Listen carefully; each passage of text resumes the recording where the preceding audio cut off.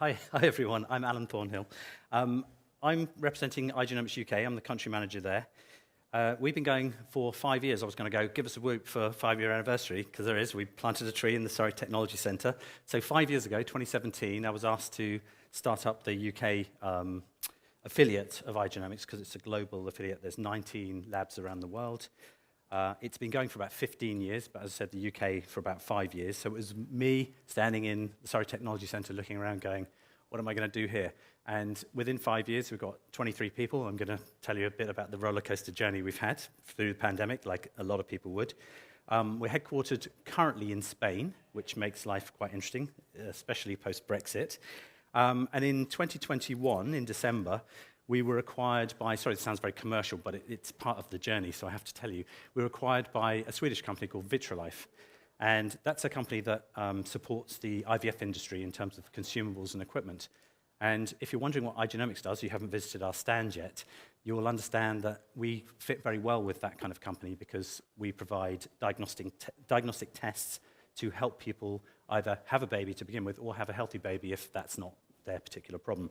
So it's a medical diagnostics lab. We're accredited to the ISO 15189 standard, which probably mean nothing to you, but you've been through the pandemic like us, and everybody knows how to do a swab, and there'll be a joke about that later. Everybody knows how to do a swab. Everybody kind of understands medical testing now. But what you probably remember from that journey through the pandemic was the government was saying, there's all kinds of labs popping up all over the place. They're ripping people off, they're overcharging, and they don't really know what they're doing. That's what accreditation is there to try and prevent. So I'm very proud that we have ISO accreditation. Our tests are basically aimed at the IVF industry. Obviously, the patients who go through IVF, but most of them, I was just speaking to a gentleman outside, most of them aren't direct to patient. And there's a couple of reasons for that. I mean, I don't know if any of you have walked past, I mean, I only know this because this particular station I walked through, Victoria Station in London, there's a Boots, and it sells genetic tests. It sells, can't even remember the name of the test, but it's one of those ancestry type tests. So our tests are nothing like that. They're very medical tests. They're supported by a medical professional signing off on those tests, and they're also supported by genetic counselling where appropriate. And that's really important to tell you that, because although it's very exciting, the breadth of tests we're starting to see, we're very passionate about them being supported by medical professions, both at the beginning and the end. And I wouldn't have joined the company if our tests weren't objective, actionable, accurate, accredited, already mentioned that, and hopefully affordable. Now, affordable is difficult, and I'm going to come back to money, because it is important where IVF is concerned in a second. So to tell you a little bit about our tests, very, very briefly, if you go to the stand, one of the ones that is being featured at the moment is a carrier screen. So that basically means a genetic test that a couple could have, or let's say gamete providers, egg and sperm providers, because when those two things come together, that's how you get an embryo, and that's how ultimately you get a baby. And if either of those people are carrying a genetic disorder, so they're not affected by it, but they're carrying it, that could be transmitted to the child. And with some of the tests we're offering, it's up to about a 2% chance of potentially having a child with genetic disease. Now, I don't know if you think that's a big number, but when you're looking at starting a family, I'd say a 1 in 50 chance sounds a little bit higher than maybe most people would be comfortable with. So I won't go into details, but we're looking at potentially up to 2,000 different genetic diseases, but in reality, there's about 20 of the most common that everybody should be thinking about. And I'm surprised in this country that the government really hasn't latched onto it. Obviously, it's a health economic question, whether you do this test or not. But I think that's what every couple should at least think of first in their mind when they consider having a baby. Not that they have to do it, but they know that it's available. So the two other types of tests, very briefly, are testing embryos. Obviously, that requires IVF. Carrier screening doesn't require IVF. You just have some blood taken. But to make an embryo, you need an IVF clinic. And I want you to think simply this way, that there's seed and there's soil, if any of you like growing plants. So the seed is the embryo, and I spent most of my career trying to improve that seed or test that seed, that embryo. That was most of my career. But working at Igenomix, I learned that one of the other specialties they have is looking at the endometrium, which you can consider is the soil. So embryo has to implant in a receptive endometrium.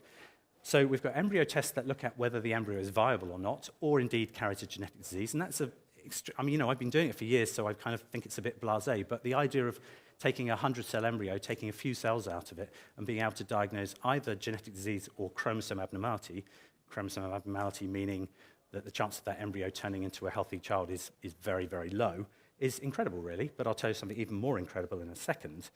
So the endometrium, which is the lining of the uterus, that has to be receptive and appropriate for having an embryo implant in it. And two of the tests we have, and I believe it's just the beginning because I think it's a doorway into a new field, is one's about receptivity, is the lining of the uterus operating in the right way, the gene expression operating correctly, and that's one of the tests we have. And that's about the window of implantation. So embryos can basically implant anywhere in the body. I mean, they don't find their way anywhere in the body, but that's how you get an ectopic pregnancy. But they can't implant in a non-receptive endometrium. So it's all about getting that right window. The second part is looking at the microbiome, and you've probably heard loads of things about the microbiome. I mean, it's a very cool subject. It's very fashionable at the moment. Obviously, people are thinking a lot about their gut microbiome and how it affects other parts of their behavior and other things. It's a very cool area to study. We're looking specifically at the endometrium, and we found that if you have pathogenic bacteria in there, it might massively reduce your chance of having a pregnancy, or really interestingly, and I'll come back to it a bit later, looking to see what the level of lactobacillus is. So we think of lactobacillus as sort of healthy bacteria. We think about that in our gut, but it's probably true in the endometrium too. We don't have enough data to say we're absolutely sure, but the evidence we have so far is looking really good. So that leads us to potentially looking at new ways of detecting lactobacillus in the endometrium. Currently, it requires a gynecologist to take an endometrial biopsy. I'm never going to take one, I'm never going to have one, but I hear it's not particularly pleasant, so we might have some good ways to do that in the future. Taking a little bit of a detour, that was our core business before the pandemic hit.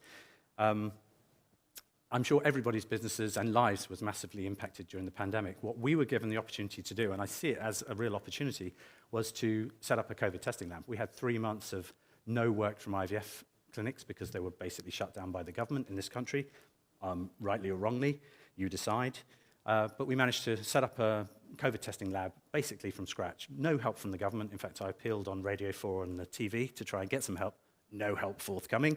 But anyway, we set it up, and I'm really proud of what the team did. In fact, Maddie, who's standing over there, was one of the key people who set that up, and for which I'm eternally grateful. Not only was it good for business, but it was incredibly good for staff morale, for the country, I believe, even though we didn't do 10 million tests a day or some ridiculous number like that. But at least we didn't lose any samples. That's all I would say.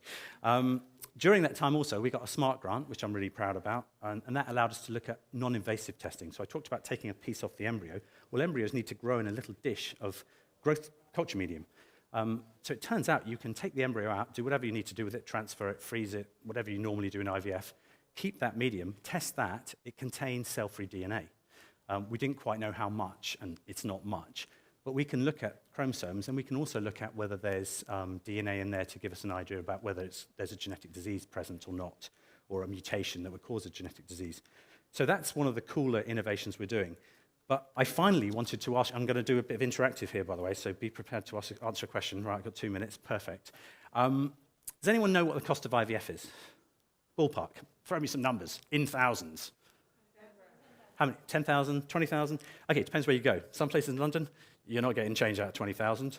NHS is free if you're lucky enough to get it, but in reality, you're probably talking about minimum 5,000, maximum 20, 25,000. So it's a lot of money. So imagine a world, and I am going to, create a little story here. Imagine a world where you might not need IVF, and a lot of IVF proponents and opponents say there's too much IVF going on. It's not necessarily needed. But imagine a couple at home or a lady at home saying, well, I'm not getting pregnant, and I need to find a way to do it. Well, what if this test, we call it EMMA, doesn't really matter, I won't explain what that means, looking at lactobacillus, what if that you didn't need to go to an IVF clinic to do that? What if you could, from the comfort of your own home, and this is the gag about the swab again, comfort of your own home, or maybe just seeing a GP or a gynecologist could take a swab of your endometrium going through the cervix, use something like an LFT device, you're all familiar with those because I'm sure you've done those for COVID, and say whether your level of lactobacillus was normal or not. And then you could take probiotics, probably vaginal probiotics, and they're available off Amazon. I know, I've bought them. Strange, but I have. But imagine that world where you didn't need to spend 25 grand on an IVF cycle. And that's something we're developing with our HQ right now. That's all I've got to say for now. I think I'm out of time. Thanks very much for your attention.